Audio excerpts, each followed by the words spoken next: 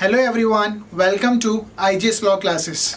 आज हम बात करेंगे overview of Indian penal code यानी भारतीय दंड संहिता की। और जब हम भारतीय दंड संहिता यानी आईपीसी की बात करते हैं तो एक इतना वाइड सब्जेक्ट है कि इस वीडियो में ऑलमोस्ट 511 सेक्शन को कवर करना it's very difficult and that's why इस वीडियो को हमने कई सीरीज़ में बनाया गया है and therefore I want you to subscribe my channel and hit the bell icon for further videos and updates and I am sure this video is very helpful for you and therefore I would request you to watch full video and if you like my video kindly share. IPC को समझने से पहले हमें जो concept है crime को उसको समझना पड़ेगा। और अगर हम बात करें डेफिनेशन ऑफ क्राइम तो आईपीसी में कहीं पे भी क्राइम की डेफिनेशन नहीं दे रखी है, but in general terms we can say an act which is prohibited by law. तो ऐसा कोई एक्ट जिसको कानून ने मना किया है। और अगर हम सिंपल भाषा में कहें तो कोई क्रिमिनल एक्ट, कोई क्रिमिनल इंटेंशन जब किसी एक्ट के साथ जुड़ती है तो वो क्राइम कहलाता है। जैसे सर जेम्स स्टीफेंस ने कहा है, sir James Stephens who has drafted Indian Evidence Act, उन्होंने कहा है crime is an act which is both forbidden by law यानी कानून में मना है and the revolting to the moral sentiments of the society. And as per the Halsbury law of England a crime is an unlawful act और default which is an offence against the public and render the person guilty of the act or default liable to legal punishment। अब crime के और अच्छे से concept को समझने के लिए हमें उसके एलिमेंट्स को जानेंगे, then it would be very easy to understand crime exactly है क्या। आपने एक मैगजीन सुना होगा, जैसे एक लिखा है बोल्ड लेटर्स में, एक्टस नॉन फेसिट्रियम निसी मेंसिट्रिया। इसका मतलब होता है An act does not constitute guilt unless done with a guilty intent। इसका मतलब है सिंपली कि कोई भी एक्ट अपने आप में क्राइम नहीं होता जब तक उसे गिल्टी इंटेंशन या गिल्टी माइंड के साथ नहीं किया जाए। और इसीलिए क्राइम के अंदर दो एसेंशियल एलिमेंट्स हैं। The first one is which is reflecting the physical act, actus reus. Actus reus क्या होता है? एन एक्ट और deed which is prohibited by the law. Second is psychological act, we can say mens rea। mens rea it's known as guilty mind यानी evil intent। और इसको बिल्कुल simple language में हम कह सकते हैं, जब mens rea और actus reus दोनों जुड़ते हैं तो वो क्राइम कहलाता है। अब मैं इसको आपको बिल्कुल सिंपल लैंग्वेज में मैं समझाता हूँ। mens rea क्या है? mens rea होता है गिल्टी माइंड। जब हम कोई क्राइम करते हैं तो क्राइम सबसे पहले डेवलप होता है माइंड के अंदर। And how we can understand कि आपके माइंड में क्या चल रहा था, how we can punish you, वो आपका एक्ट बताएगा। जब आपका एक्ट होगा और उसके बाद वो कोई एक ऐसा एक्ट होगा जो विच इज़ प्रोहिबिटेड बाय लॉ, कानून में जिसकी मनाही है, और वो एक्ट आप करेंगे, then only you can be punished. Because without mens rea अगर आपके माइंड में गिल्टी इंटेंशन नहीं है किसी एक्ट को करने की, then you can not be punish for anything. So for example, अगर सपोज इस वक्त मेरे माइंड में कोई क्राइम है, nobody can punish me, but whenever I'll do any act then the law can punish me and we can understand from my act। मैं अपने act से ये समझ पाऊंगा या कानून जो है मेरे एक्ट से समझ पाएगा कि मेरे माइंड में उस वक्त क्या चल रहा था जब मैंने वो क्राइम किया। बिकॉज कई बार क्या होता है, एक्टस रियस तो होता है, ऑफकोर्स किलिंग अ समवन, किसी इंसान को मारना वो प्रोहिबिटेड बाय लॉ है, but sometime we are justified to kill someone। The best example is private defense। तो प्राइवेट डिफेंस में हम किसी को मारना जस्टिफाइड करते हैं, बिकॉज बट उसमें कोई पनिशमेंट नहीं मिलेगी। क्यों? Because you were missing the mens rea, you are not having a guilty mind, you have killed that person just to defend your self and that is known as. किसी भी crime के लिए एक तो mains रिया ज़रूरी है और उसका acts Reis. Okay, now IPC में हम मेंस रिया को डिफरेंट टर्मिनोलॉजी में समझेंगे। जैसे मेंस रिया डिफरेंट सेक्शंस में with the different wording use किया गया है, जैसे fraudulently, dishonestly, malignantly, negligently, wantonly, recklessness and voluntarily. इसका बेस्ट अगर एग्जाम्पल समझे तो जैसे जो हम बात करते हैं तो डिसऑनेस्टली को समझने के लिए we have a best example, section 378 जिसमें थेफ्ट को बताया गया है, वहाँ लिखा है whoever intending to take dishonestly, तो वहाँ ये dishonestly वर्ड यूज़ हुआ है, विच is reflecting the mens Riya, guilty mind को बताता है वो कि किसी इंसान के गिल्टी जो उसके माइंड है वो कैसा है, डिसऑनेस्टली माइंड है उसका। और डिसऑनेस्टली की जो डेफिनेशन है वो सेक्शन 24 ऑफ आईपीसी में दे रखी है। डिसऑनेस्टली का मतलब क्या होता है, जहाँ पर कोई इंसान to gain to one person and wrongful loss to another person, अपने को फ़ायदा पहुँचाता है, दूसरे को नुकसान पहुँचाता है। तो इस तरीके से I am just only telling you the example कि मेंस रिया को कैसे कैसे यूज़ किया गया है। Okay, now we have a case laws, जो बहुत इंपॉर्टेंट केस लॉस हैं to understand the concept of mens rea. R versus Prince, R versus Prince जो केस है, इस केस में जो प्रिंस है who basically kidnap a girl, she was of under 16 years of as, and जब वो 16 साल के अंदर थी, later on when he was arrested he took a defence that he was thinking, उसे ऐसा लगा कि जो लड़की की एज है वो 18 ईयर्स से ज़्यादा है, बिकॉज उसकी फिजिकल अपीयरेंस, उसकी बॉडी जो थी वो it was looking like that. तो कोर्ट ने यहाँ पे कहा कि he can not take a defence that उसको क्या लग रहा है, बिकॉज लॉ है, बिकॉज 16 साल से कम का अगर कोई किडनैपिंग या अबडक्शन करता है, I mean out of the keeping of the guardian, तो it would be an offence. तो he could not take a defence that कि ही वॉज थिंकिंग कि वो मैच्योर है तो 16 से ज़्यादा होगी, with this case is reflecting the mens Riya. Now another case is queen versus Toulson, ये केस भी बहुत लीडिंग केस रहा है। इस केस में क्या हुआ, जो मिसेस टॉल्सन है, मिसेस टॉल्सन ने एक दूसरी शादी कर लेती है, लेकिन दूसरी शादी वो तब करती है जब काफ़ी लंबे समय तक उनके हस्बैंड के बारे में कुछ नहीं पता लगा, वो कहाँ चले गए। It's not been heard from the last few years.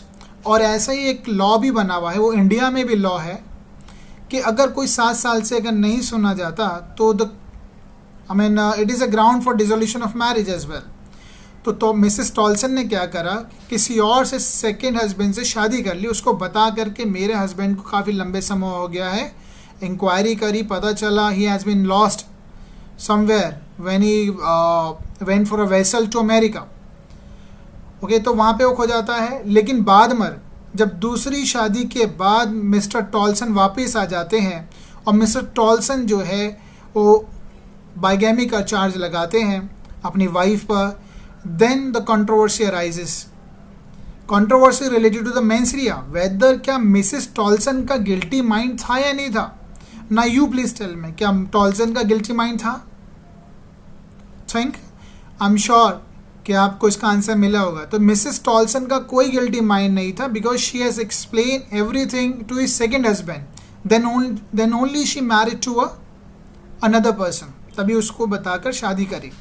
तो द कोर्ट अल्टीमेट हेल्ड कि यहाँ पर जो है उनका गिल्टी माइंड नहीं था, एंड मिसेस टॉल्सन ने जो गुड फेथ में शादी करी बताकर, तो she could take a defence of it, उनको डिफेंस मिला मेंस रिया का। There was absence of mens rea. And the another case is state of Maharashtra versus M H. George. इस केस में मिस्टर एम.एच. जॉर्ज जो थे, he was having a gold with him, उसके साथ gold था। That was a transit flight, जो एक transit flight थी जिसमें वो गोल्ड लेके आ रहे थे। एट द बॉम्बे एयरपोर्ट पे वो ट्रांजिट फ्लाइट रुकती है और वहाँ उनका गोल्ड पकड़ा जाता है, but he has not disclose it कि उसके पास गोल्ड था। As per the law, the person whosoever जो भी ट्रैवल कर रहा है विद द गोल्ड एक पर्टिकुलर क्वांटिटी से ज़्यादा, he had to disclose, but he hadn't, उसने डिस्क्लोज नहीं किया, and that's why he was prosecuted under the फेरा।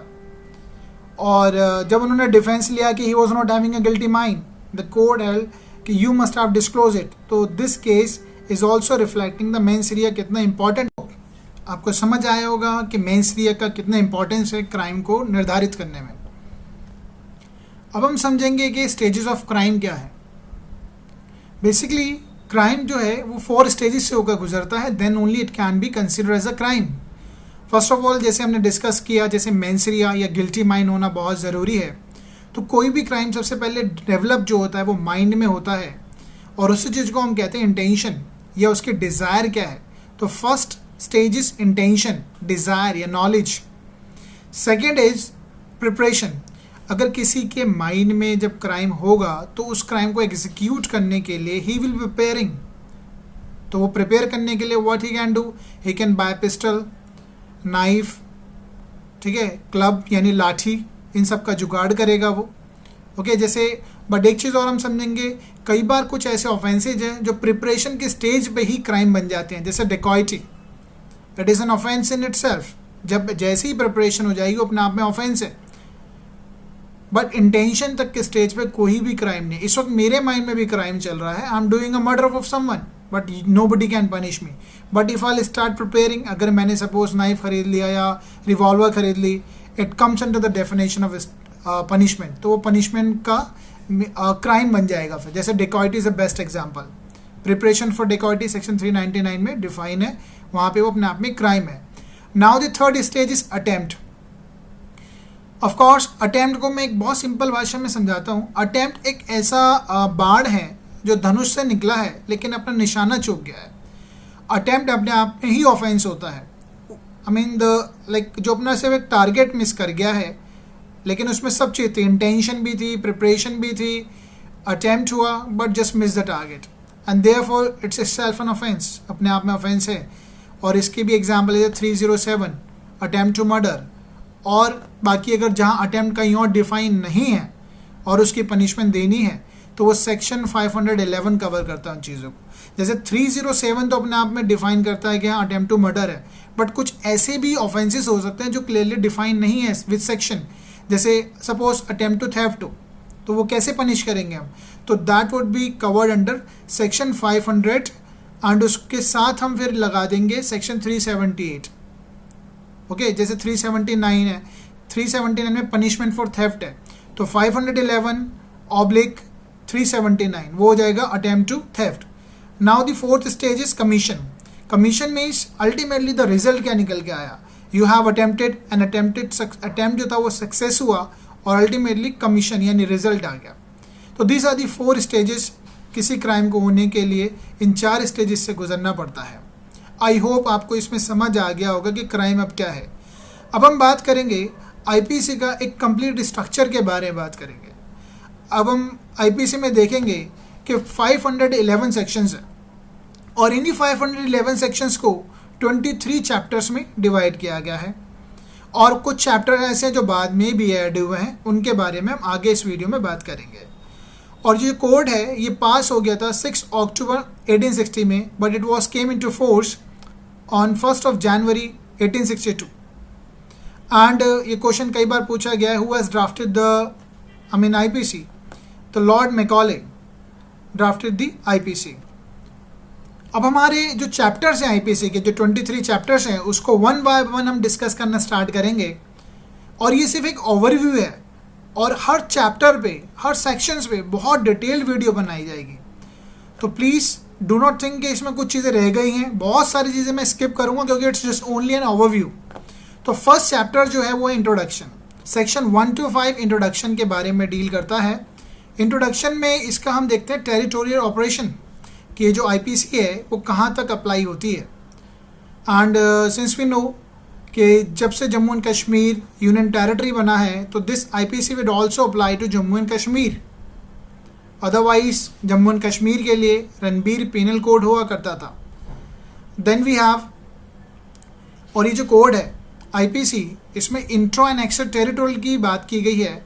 इंट्रा और एक्स्ट्रा टेरिटोरियल क्या होता है, जब कोई सिटीजन, जो भी हमारे इंडिया के सिटीजन है या any person whoever in India if committing any crime in India, IPC will apply on him, IPC उस पर अप्लाई होगी। एंड से for example if a citizen of India going out of the country, क्या उस पर IPC apply होगी। तो एक बहुत अच्छी टैगलाइन थी वोडाफोन की थी, wherever you go our network will follow you. ऐसे ही wherever you go IPC will follow you. Being a citizen of India, if you are committing any crime out of India, India से बाहर अगर कोई crime करते हैं तब भी आप पे आईपीसी लगेगी। देखो वहाँ के लॉ तो लगेंगे बिकॉज आपने वहाँ की जो ज़मीन है, वहाँ की सॉइल पे कोई क्राइम किया। At the same time you have committed because IPC also govern you, will govern you.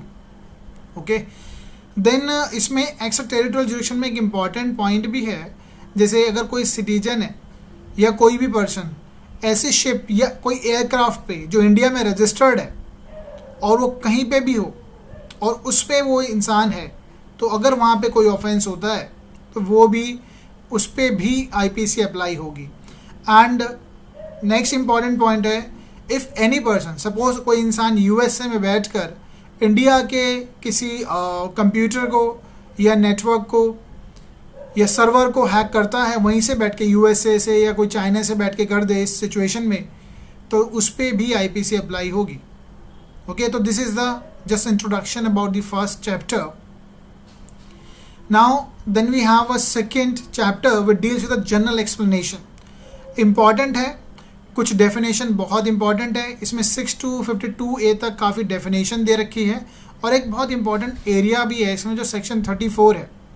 और आप देखेंगे इस स्लाइड में जो मैंने 4th कॉलम है इसमें आप देखेंगे इंपॉर्टेंट सेक्शंस है।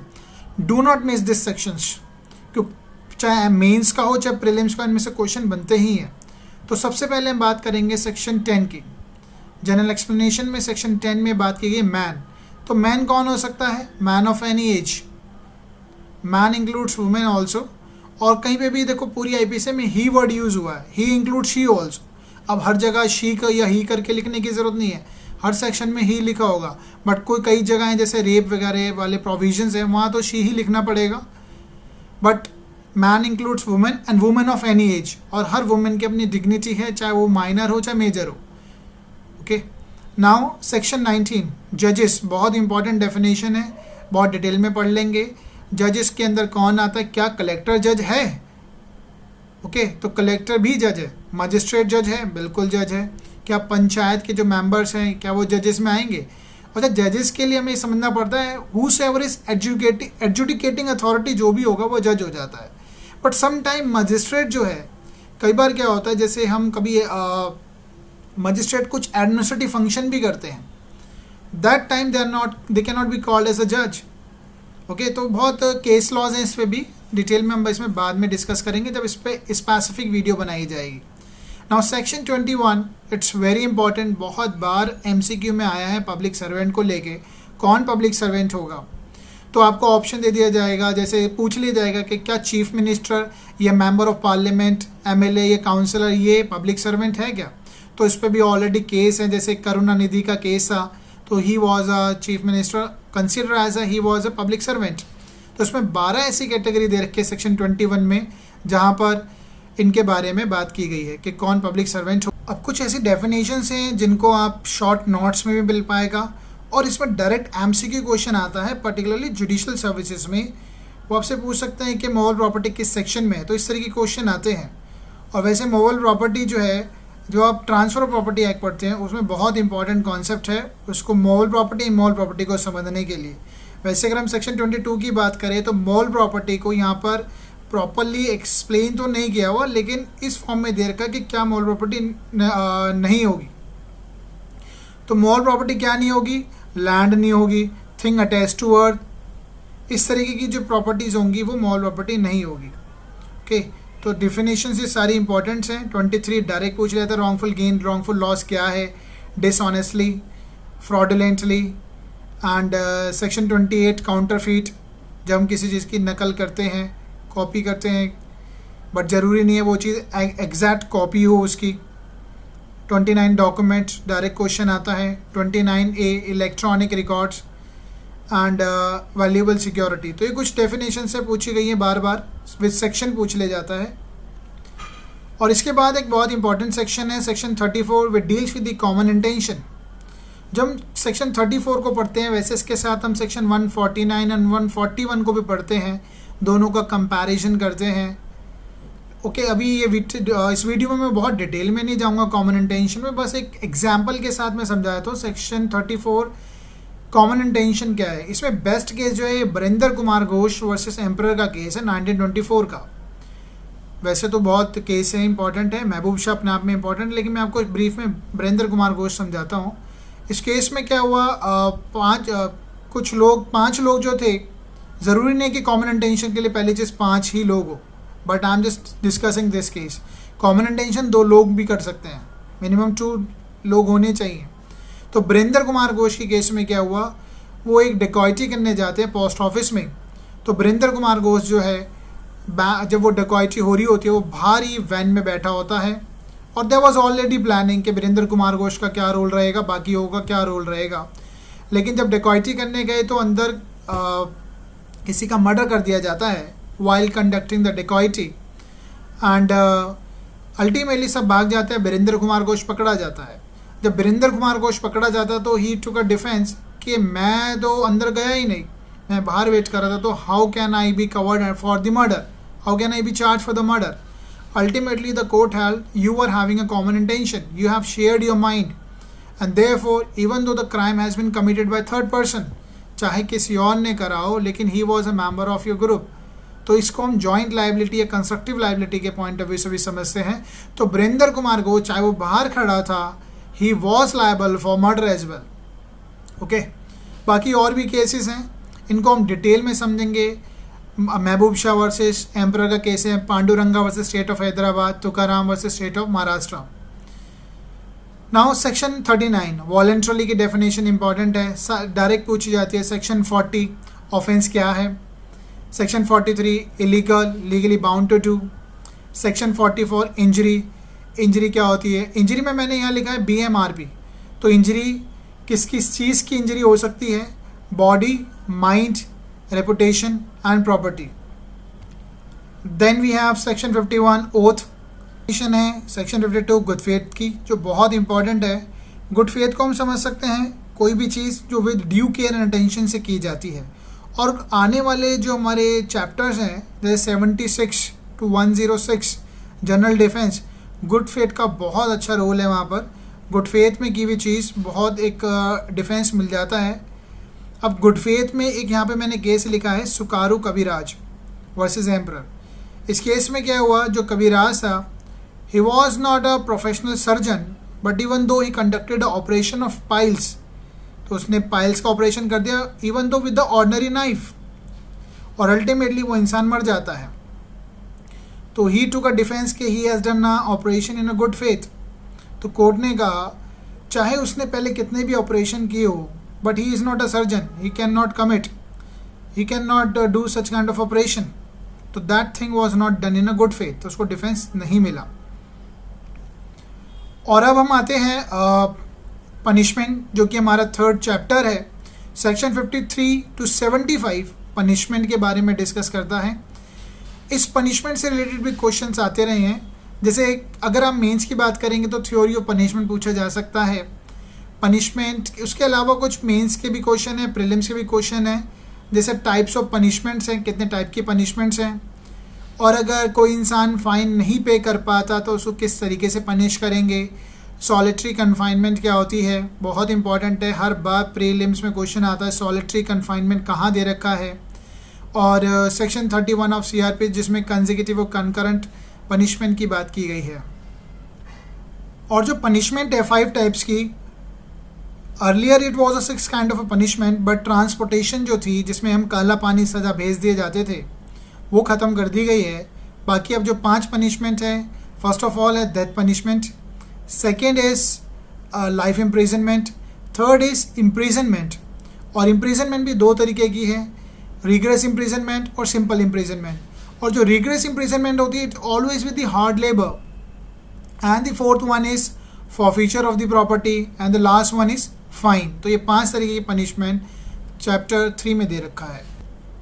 और सॉलिटरी कन्फाइनमेंट जो बहुत इंपॉर्टेंट प्रोविज़न है, सॉलिटरी कन्फाइनमेंट यानी एकांत कारावास। किसी भी इंसान को लंबे समय तक अगर हम सॉलिटरी कन्फाइनमेंट करेंगे तो ऑफकोर्स वो पागल हो जाएगा, and that's Y solitary confinement जो है एक लिमिटेड पीरियड में ही दी जा सकती है। कई बार क्वेश्चन आता है मैक्सिमम कितनी दी जा सकती है, तो सॉलिटरी कन्फाइनमेंट जो है वो मैक्सिमम 3 महीने से ज़्यादा नहीं दी जा सकती।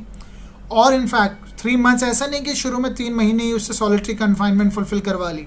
सॉलिटरी कन्फाइनमेंट 1 महीने में 7 दिन से ज़्यादा हम उसको सॉलिटरी कन्फाइनमेंट में नहीं रख सकते, और एट अ टाइम 14 डेज। तो सेक्शन 73 में इस बारे में सॉलिटरी कन्फाइनमेंट के बारे में बात की गई है।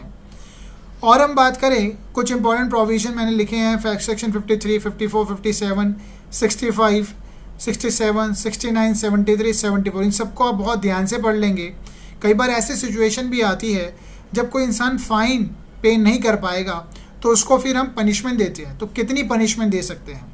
तो जो उसने क्राइम किया है उसकी मैक्सिमम पनिशमेंट का 1/4 ही हम उसको पनिशमेंट दे सकते हैं in case of default of fine. और एक स्लैब भी बना हुआ है जिसमें एक स्केल है कि अगर कोई इंसान 50 रुपीज़ तक के फ़ाइन के लिए पनिशेबल है, अगर वो नहीं पे कर पाता फ़ाइन तो उसको पनिशमेंट कितने मिलेगी। ऐसे ही 100 रुपीज़ तक और 100 रुपीज़ से ज़्यादा, तो 100 रुपीज़ से ज़्यादा केस में 6 मंथ तक की ही हम पनिशमेंट दे सकते हैं। Now then we have a capital punishment. एक बहुत बड़ी डिबेट रही है हमेशा से कैपिटल पनिशमेंट दी जाए ना दी जाए। तो इस कंट्रोवर्सी को डिस्कस किया Bachan Singh versus state of Punjab की केस में, जिसमें upholding the validity of the death sentence के बारे में बात की गई। Later on in the case of Machhi Singh versus state of Punjab rarest of the rarest theory दी गई। एंड देन कई बार क्या होता है, जैसे डेथ सेंटेंस तो दे दी है लेकिन काफ़ी डिले हो जाता है उसके एग्जीक्यूशन में। तो केस था T V Vatheeswaran versus state of Tamil Nadu और ultimately Triveni Ben versus state of Gujarat में एक टाइम पीरियड होता था, अगर 2 साल से ज़्यादा अगर डिले हो जाए तो कहीं ना कहीं डेथ सेंटेंस को लाइफ इम्प्रिजनमेंट में कन्वर्ट कर दिया जाता था। But in the case of Triveni ban that was 2 साल का जो पीरियड था उसको ख़त्म कर दिया गया। अगर 2 साल से ज़्यादा भी हो गए हैं then the person can approach to the supreme court for अपनी डेथ सेंटेंस को वो कन्वर्ट करवा सकता है लाइफ इम्प्रिजनमेंट में।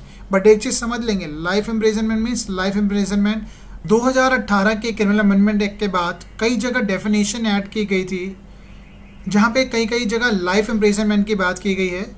जैसे फॉर एग्जांपल सेक्शन 376A जहाँ पर पनिशमेंट की दी गई है फॉर कॉजिंग डेथ और resulting in a persistent vegetative state.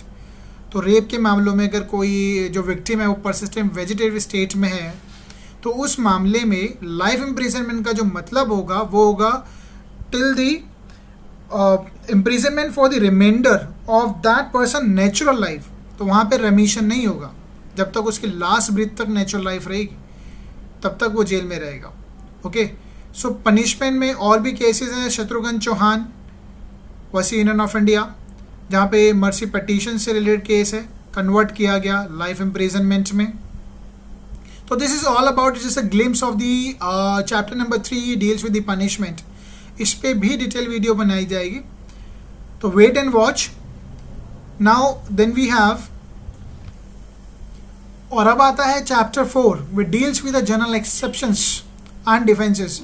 This is very important chapter. इसमें से क्वेश्चन आपको चाहे प्रीलिम्स हो या मेंस में 100% चांसेस है आने के। अब इसमें हम समझेंगे 76 to 106। हर एक सेक्शन को बहुत डिटेल में तो नहीं समझ पाएंगे, ओवरव्यू चल रहा है तो ओवरव्यू के पॉइंट ऑफ व्यू से ही हम समझ लेंगे।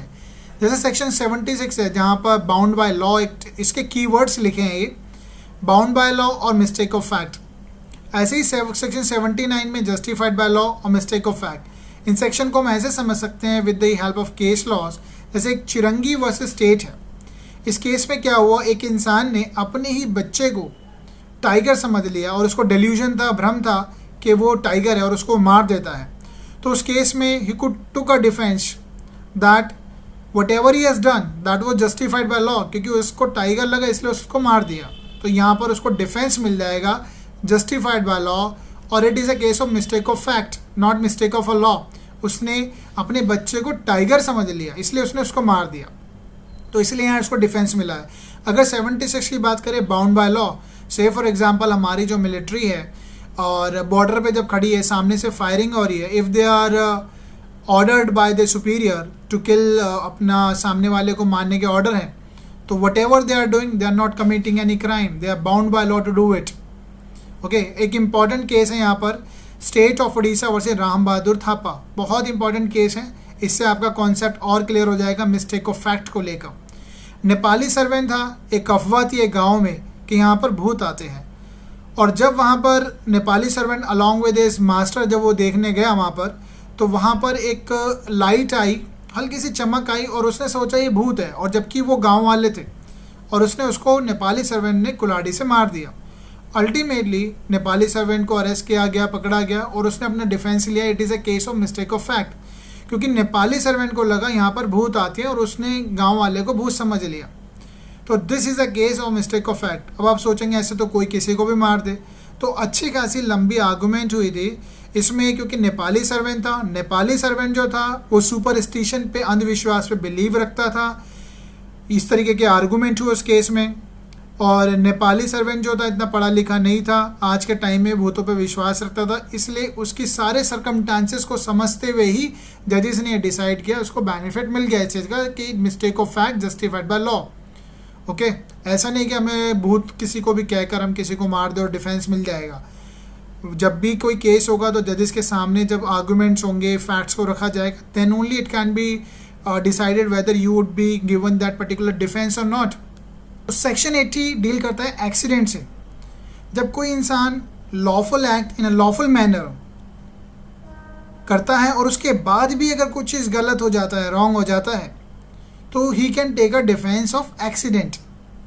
जैसे इसका बेस्ट एग्जांपल मैं आपको दूं तो से फॉर एग्जांपल अगर मैं यमुना एक्सप्रेसवे पे अगर अपनी गाड़ी लेके जाता हूं और मेरी गाड़ी के जो टायर है वो प्रॉपर अच्छी कंडीशन में है, उसमें हॉर्न भी काम कर रहा है, इंजन ऑयल भी ठीक है, everything is in perfect condition, और सडनली कोई सामने आ जाए और मैं उस पर गाड़ी चला दूँ और वहाँ पे जस्टिफाइड है 100 किलोमीटर पर आवर्स की स्पीड पे, और मेरी गाड़ी एक रीजनेबल स्पीड में 80 में चल रही है, that means I am doing a lawful act in a lawful manner.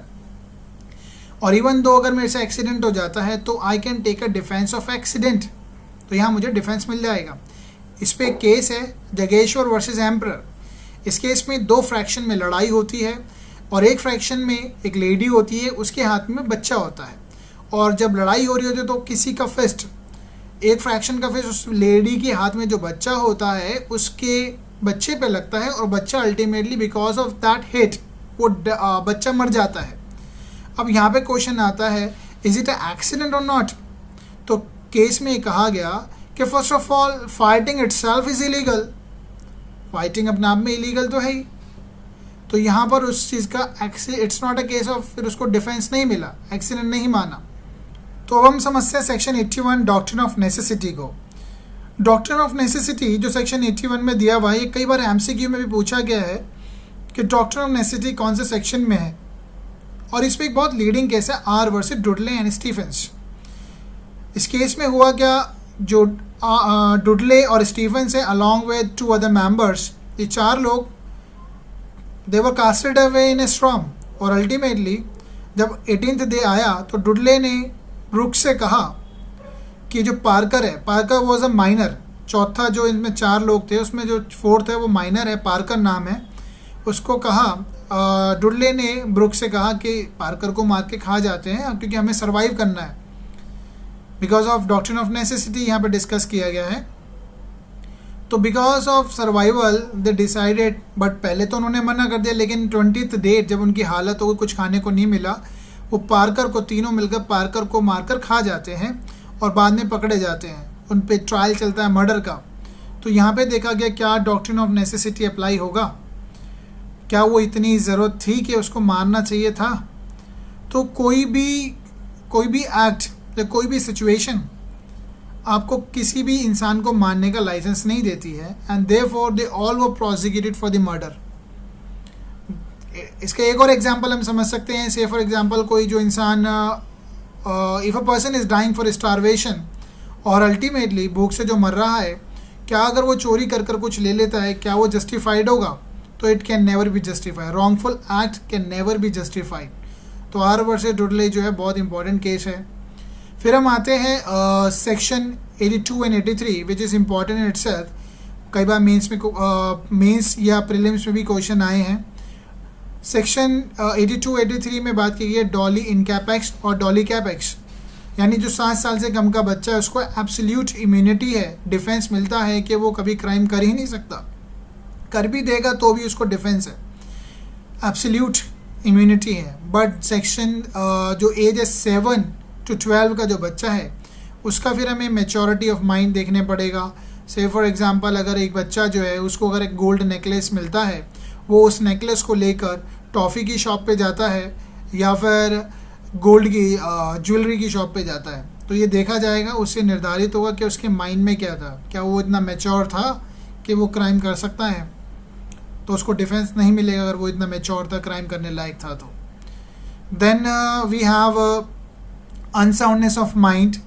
Unsoundness of mind यानी क्या कोई इंसान जो अनसाउंड है उसको डिफेंस मिलता है? बिल्कुल मिलता है। जैसे केस है मैग्नॉटन केस, जिसमें a person was suffering from persecution mania and ultimately उसे लगा कि उसके अनसक्सेसफुल के पीछे जो इंग्लैंड के प्राइम मिनिस्टर का हाथ है, और अल्टीमेटली वो किसी इंसान को प्राइम मिनिस्टर समझकर मार देता है। तो यहाँ देखा गया ही वो सफरिंग फ्रॉम परसिक्यूशन मनिया, तो उसको डिफेंस मिलता है यहाँ पर। नेक्स्ट जो सेक्शन है 86 to 85 86 डील्स विद इंटॉक्सिकेशन। एक मैक्सिम है क्वी पैकेट एब्रियस लुएट सोब्रियस, जिसका मतलब let who sin when drunk be punish when sober. वो इंसान जो अगर कोई ड्रंक या ड्रिंक कर कोई क्राइम करता है, जब वो सोबर हो तो उसको पनिश किया जाना चाहिए। नहीं तो हर इंसान क्या करेगा, पहले ड्रिंक कर लेगा, इंटॉक्सिकेशन हो जाएगा और उसके बाद वो क्राइम कर देगा और बच जाएगा। तो अगर कोई ड्रिंक करके अगर क्राइम करे तो उसको डिफेंस नहीं मिलेगा, बशर्ते अगर उसने वो वॉलंटरली अपनी मर्जी से ना करी हो, then he can take a defence. तो पहला केस है इस पे सेक्शन 85 और 86 को कवर करता है, director of prosecution versus Baird. इस केस में जो इंसान है, जो एक्यूज है, वाइल कमिटिंग अ रेप, वो अपना हाथ जो है किसी उस लड़की के फेस पर रखता है और जिसकी वजह से वो इंटॉक्सिकेटेड तो होता ही है, और जिसके हाथ रखने की वजह से वो सफोकेशन की उसकी डेथ हो जाती है। बाद में वो कहता है कि I was intoxicated not aware about that, उसने अपना हाथ कहाँ रखा और उसकी वजह से उसकी डेथ हो गई। तो क्या उसको डिफेंस मिलेगा इंटॉक्सिकेशन का? बिल्कुल नहीं मिलेगा। सेकंड केस है Basdev versus state of PEPSU. इसमें भी डिफेंस की बात की गई है, क्या इंटॉक्सिकेशन डिफेंस लिया जा सकता है। इस केस में भी कोर्ट ने रिजेक्ट करा, because the person who was intoxicated he voluntarily done it, उसने खुद किया, और उसके बाद he was in the senses कि वो प्रॉपर चल भी पा रहा था, और अल्टीमेटली उसने एक बच्चे को मार दिया छोटी सी बात पर, जब उस इंसान ने उस बच्चे को सीट मांगी और उसने मना कर दी, तो इतनी सी बात पर उसने उसको गोली से मार दिया, और ultimately it is a case of intoxication, but defence नहीं मिला। नहीं तो हर इंसान किसी भी क्राइम को करने से पहले ड्रिंक कर लेगा और वो उस मार देगा सामने वाले को, डिफेंस ले लेगा, तो ऐसे डिफेंस नहीं मिलेगा। नेक्स्ट सेक्शन 87 है वॉलंटरी नॉट फिट इंजूरिया। ये मैक्सिम है, लिटिल मैक्सिम है। वॉलंटरी नॉट फिट इंजूरिया को समझने के लिए ये हमारे टॉर्ट्स में भी कई बार यूज़ होता है, लॉ ऑफ टॉर्ट्स में। वॉलंटरी जहाँ पे हम अपनी कंसेंट दे देते हैं और वहाँ पर अगर कोई इंजरी हो भी जाती है तो we can not ask for the damages. Say for example अगर मैं क्रिकेट का मैच देखने जाता हूँ और वहाँ पे किसी का भी जो क्रिकेट का जो शॉट है वो बॉल आकर मेरे लग जाती है, तो I can not claim for the damages with the authorities of the stadium या उस क्रिकेटर से जिसने वो शॉट को हिट किया, because I given a consent. और इसके आगे सेक्शन 88 92 तक कुछ गुड फेथ से रिलेटेड डील किया गया है कि कुछ ऐसे एक्ट जहाँ पे गुड फेथ विद कंसेंट या विदाउट कंसेंट अगर किए गए हैं तो भी डिफेंस लिया जा सकता है फॉर द पर्सन बेनिफिट के लिए। ज़रूरी नहीं हर केस में कंसेंट ले ली जाए। जैसे डॉक्टर है, अगर वो ऑपरेट करते हैं without the consent of the patient, क्योंकि कई बार कंसेंट नहीं मिल पाती, टाइम लगेगा, डॉक्टर को ऑपरेट करना पड़ता है, तो उस केस में डॉक्टर उस चीज़ को अगर गुड फेथ में करते हुए किसी के सामने वाले की डेथ भी हो जाती है तो वहाँ डिफेंस ले सकते हैं। Now section 93 deals with the communication made in good faith, जहाँ पे अगर एक डॉक्टर ही किसी सामने वाले इंसान को गुड फेथ में कहता है you are suffering from a cancer और उसको सुनते ही वो मर जाए, तो यहाँ पर कोई नर्वस शॉक का केस नहीं बन जाता है सामने, या फिर उसके परिवार वाले उस इंसान डॉक्टर के खिलाफ केस नहीं कर सकते क्योंकि गुड फेथ में कई भी चीज़ है। कई बार पेपर में आया है सेक्शन 95 स्लाइट हार्म को लेकर एक मैक्सिम आता डी मिनिमिस नॉन क्यूरेट लेक्स, यानी कानून तुच्छ बातों को नहीं मानता है, छोटी मोटी चीज़ों को इग्नोर किया जा सकता है तो उस पर केस नहीं किया जाए। जैसे अगर मैं क्लब में जाता हूँ, वहाँ पे मैंने किसी की मैच बॉक्स को उठा लिया और अपनी सिगरेट जला ली और वो इंसान मुझ पर केस करता है, तो कानून में उस केस को कोर्ट चाहे तो रिजेक्ट कर सकती है।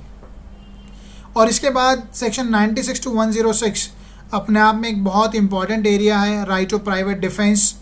और राइट ऑफ प्राइवेट डिफेंस किस चीज़ का? बॉडी का और प्रॉपर्टी का, और सिर्फ अपने ही बॉडी और प्रॉपर्टी नहीं, किसी थर्ड पर्सन की भी इंडिया में हमें राइट है, हम प्रोटेक्ट कर सकते हैं उसकी राइट बॉडी एंड प्रॉपर्टी को भी।